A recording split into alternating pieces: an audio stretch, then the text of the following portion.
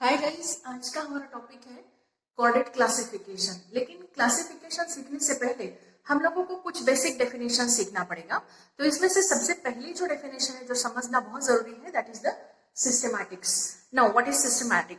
Systematic is the scientific study of the similarities and differences among different kinds of organism. अब ये जो Systematix है इसमें और कई सारी चीजें आ जाती है, जैसे कि इसमें आपको क्या करना है, यहाँ पे आपको आइडेंटिफिकेशन करना है, देन उसका नोमेनक्लेचर करना है, डिस्क्रिप्शन भी आता है उसमें एंड क्लासिफिकेशन भी आता है, बस कलेक्शन नहीं आता सिस्टेमैटिक्स में। ओके, अब दूसरा जो डेफिनेशन है taxonomy. Now this taxonomy word was firstly coined bye sir A.P. de Candolle in year 1813. Okay, now taxonomy, what is taxonomy? Taxonomy is actually collection, identification, nomenclature, description and classification of plants and animals. Okay, now what is classification? Classification क्या है?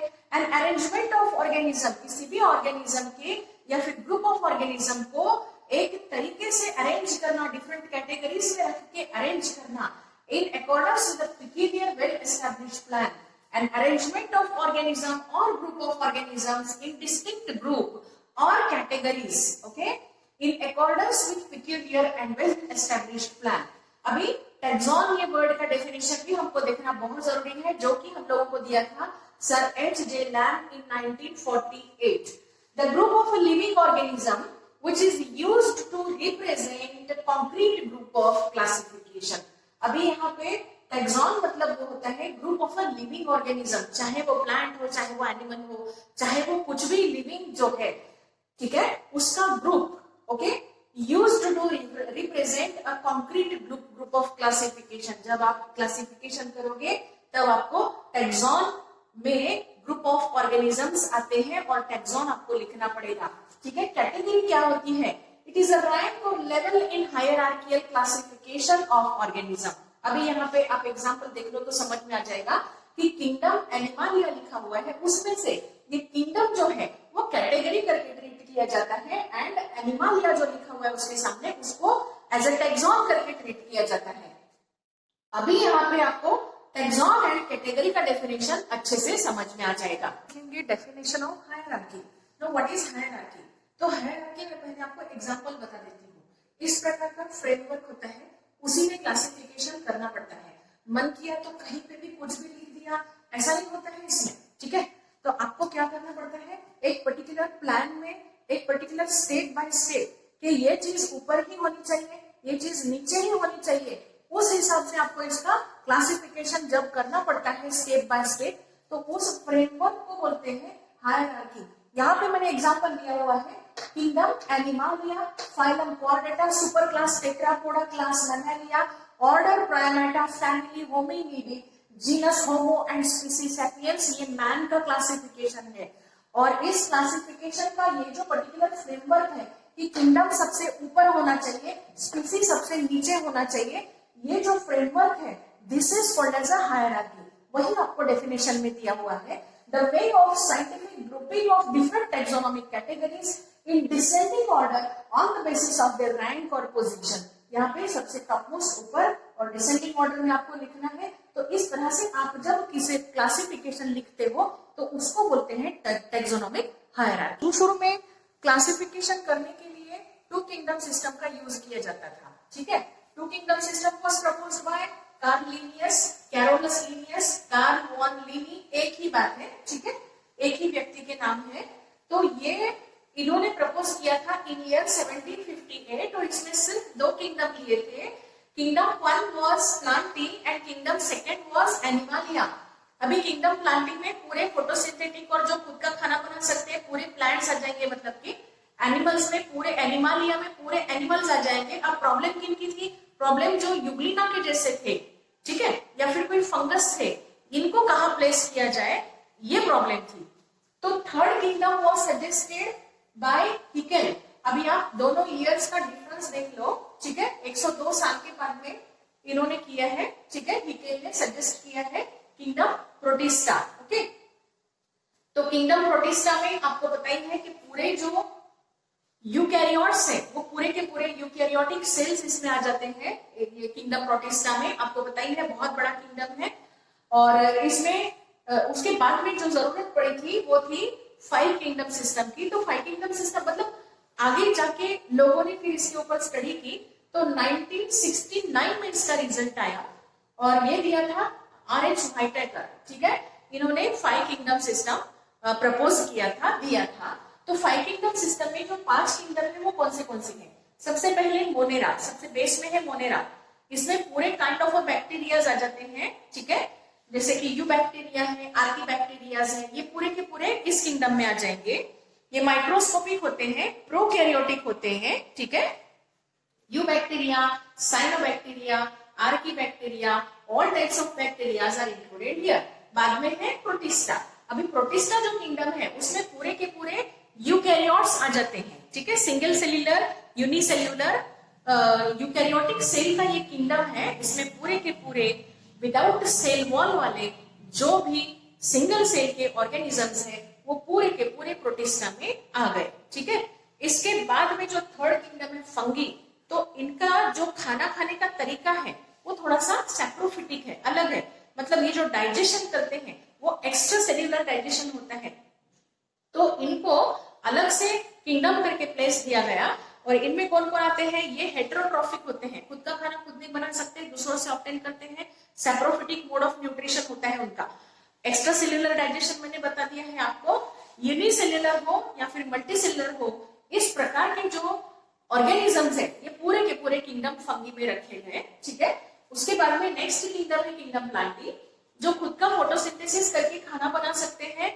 That is placed under kingdom Plantae. चाहे वो microscopic हो, बहुत छोटे हो, चाहे बड़े बड़े हो, सभी इसमें आ गए फिर प्लांटी में। ओके, और एनिमालिया में, अच्छा इसमें प्लांटी में जो है ना वो हम लोग जैसे देखते हैं कि इसमें अल्गी आता है, देन उसके बाद में टेरिडोफाइट्स आता है, देन जिम्नोस्पर्म आते हैं, सॉरी अल्गी के बाद में ब्रायोफाइट्स आते हैं। ठीक है, अल्गी है, ब्रायोफाइट्स है, देन टेरिडोफाइट्स है, देन जिम्नोस्पर्म्स है, एंजियोस्पर्म्स है।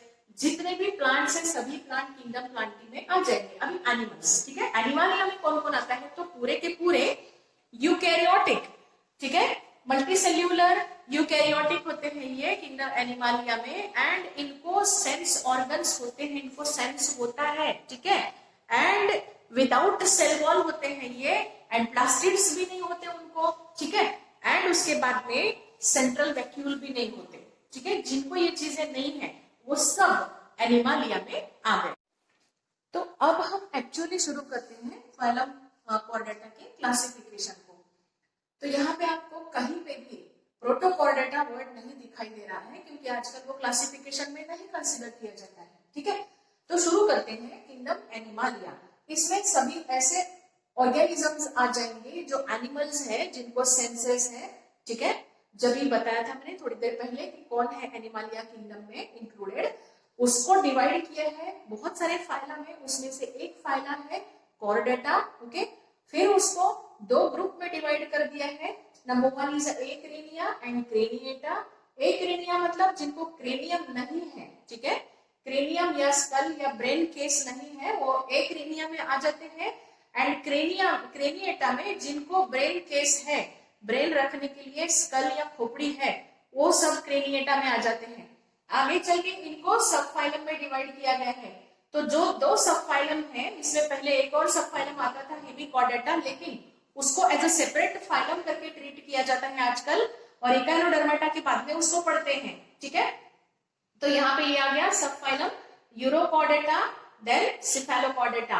अब यूरोकॉर्डेटा जो है इसमें सभी ट्यूनिकेट्स आते हैं। ठीक है, ट्यूनिक जिनको होता है ट्यूनिसिन नाम के प्रोटीन से बना हुआ, इसमें एसिडेसिया जिससे एग्जाम्पल है हर्डमेनिया। ओके, देन इधर है लार्वेसिया एंड थ्रेलिएसिया, ये सभी सी स्क्वायर्स या ट्यूनिकेट्स है, सभी ट्यूनिकेट्स है ये।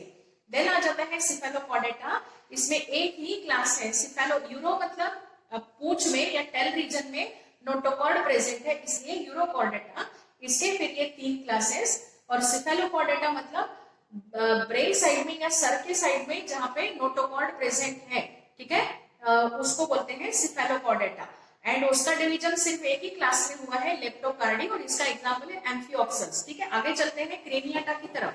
तो जो क्रेनियाटा है उसको फिर आगे चल के सब फाइलम वर्टेब्रेटा में डिवाइड किया हुआ है, एंड ये जो वर्टेब्रेटा सब फाइलम है इसके आगे चल के दो डिवीजन किए हुए हैं। Number 1 is a division Agnatha and number 2 is a Gnathostomata. अभी ये जो एग्नेथा है, इनको एग्नेथा क्यों बोलते हैं? पहले तो इनको वर्टेब्रेटा क्यों बोलते हैं? क्योंकि इनको वर्टेब्रल कॉलम होता है, notochord is completely converted into vertebral column. अभी एग्नेथा मतलब यहाँ पे या फिर वर्टेब्रल कॉलम फॉर्मेशन की शुरुआत हो चुकी है। ठीक है, एग्नेथा मतलब जिनको जबड़ा नहीं है, जॉज नहीं है। ठीक है, jaws are absent and mouth is round, or you can say that they are having a suctorial kind of a mouth. तो एग्नेथा में जिनको जॉज नहीं है वो पूरे ए मतलब नहीं, नथा मतलब जॉज। ठीक है, और उसको आगे चल के दो क्लासेस में डिवाइड किया हुआ है, ऑस्ट्रेकोडर्मी एंड साइक्लोस्टोमेटा। ये ऐसे थे जो फिशेस के जैसे दिखते थे और इनके शरीर में स्केली प्लेट्स या बोनी प्लेट्स रहा करते थे। अब ये नहीं है, ये एक्सटिंक्ट हो चुके हैं। और साइक्लोस्टोमेटा, साइक्लो मतलब गोल गोल और स्टोमा मतलब मुंह, जिनका माउथ जो है वो गोल गोल है, उनको बोलते हैं साइक्लोस्टोमेटा। इसके एग्जांपल है पेट्रोमाइजोन एंड मिक्सिन, जो बहुत ही फेमस है, सबको पता है। आगे चलते हैं, ये जो डिवीजन है नेथोस्टोमेटा, इसका आगे चल के सुपर क्लास स्पाइसेस में हो जाता है, एंड देन उसके बाद में इसका आ जाता है सुपर क्लास टेट्रापोडा में। ठीक है, फिर सुपर क्लास स्पाइसेस जो है उसको डिवाइड किया गया है तीन क्लासेस में। Number 1 is a placodermi, number 2 is a chondrichthyes and number 3 is a osteichthyes. अब ये जो प्लैकोडर्मी है ये भी फिशेस हुआ करते थे, जॉलेस फिशेस हुआ करते थे ये, और इनके ऊपर भी बोनी प्लेट्स से इनका शरीर बना हुआ होता था। अब ये नहीं है, ये भी एक्सटिंक्ट हो चुके हैं। क्वाड्रिक्थिस मतलब ये फिशेस है जिनका स्केलेटन पूरा का पूरा कार्टिलेज से बना हुआ होता है, एंड ऑस्टिक्थिस मतलब वो सभी फिशेस जो जिनका स्केलेटन बोन से बना हुआ है। आगे चलते हैं सुपर क्लास टेट्रापोडा की तरफ। टेट्रापोडा को फिर बाद में 4 क्लासेस में डिवाइड किया हुआ है। नंबर 1 इज एम्फीबिया, ये दोनों काइंड ऑफ एटमॉस्फेयर में यानी कि वाटर में एंड टेरेस्ट्रियल कंडीशन में रहता है। ये इसको नीड होती है दोनों टाइप के वातावरण की। ये जमीन पे जी लेता है लेकिन रिप्रोडक्शन करने के लिए पानी में ही जाना पड़ता है। ये है टोटली टेरेस्ट्रियल रेप्टिलिया। ठीक है, रेप्टिलिया में पूरे रेंगने वाले जो जीव है, स्नेक्स वगैरह जैसे, या टर्टल, टॉर्टोइस, क्रोकोडाइल, सब ऐसे सभी आते हैं रेप्टिलिया में। एंड एव्स में सभी ऑल टाइप्स ऑफ बर्ड्स आते हैं। एंड मैमेलिया में जिनको मैमरी ग्लैंड्स है, जो अपने बच्चों को दूध पिलाते हैं एंड जिनकी स्किन के ऊपर बाल होते हैं, वो सभी मैमेलिया में आ जाते हैं। तो इस तरह से ये है क्लासिफिकेशन ऑफ कॉर्डेटा।